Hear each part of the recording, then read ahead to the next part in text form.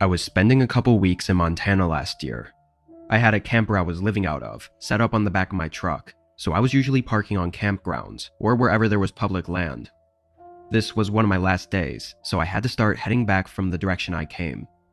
Unfortunately, I had a bit of trouble with my truck that day, and it took most of the day to fix, so by the time the sun was setting, I'd barely made any progress on my drive.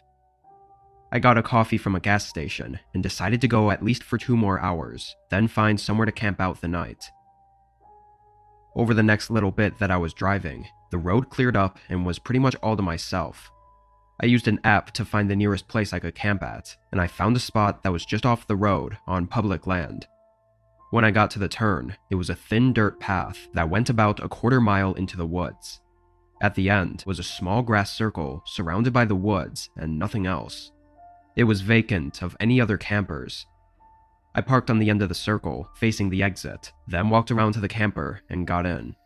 I think it was probably 11 or 12 by then, and I was just about ready to fall asleep as soon as I laid down. Only a minute or so later, though, a beam of light shined through the edges of the privacy screen that I had on my windows. I sat up and lifted the corner just enough so I could see out the window. Someone else's headlights were coming down the path. As they got closer and up to the end of the path, they slowed to a stop. It looked like they saw me and maybe didn't want to camp at the same spot, but instead of turning around, they just stayed there on the end of the path. I could see that it was a truck, pretty old looking, with rust all over their front bumper, but the headlights were too bright to see much of anything else.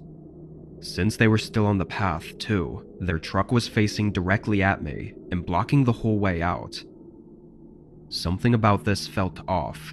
It was just a gut feeling, I guess, but after a few minutes of them sitting there, I knew I wasn't going to be able to sleep here. I folded up my bed and got up. Before I could leave the camper and get into my truck, though, one of their doors opened. I looked back out the window. They had turned their headlights off, and 2 men were standing outside in the dark. They began walking toward my camper, and I could only see the outline of something in their hands.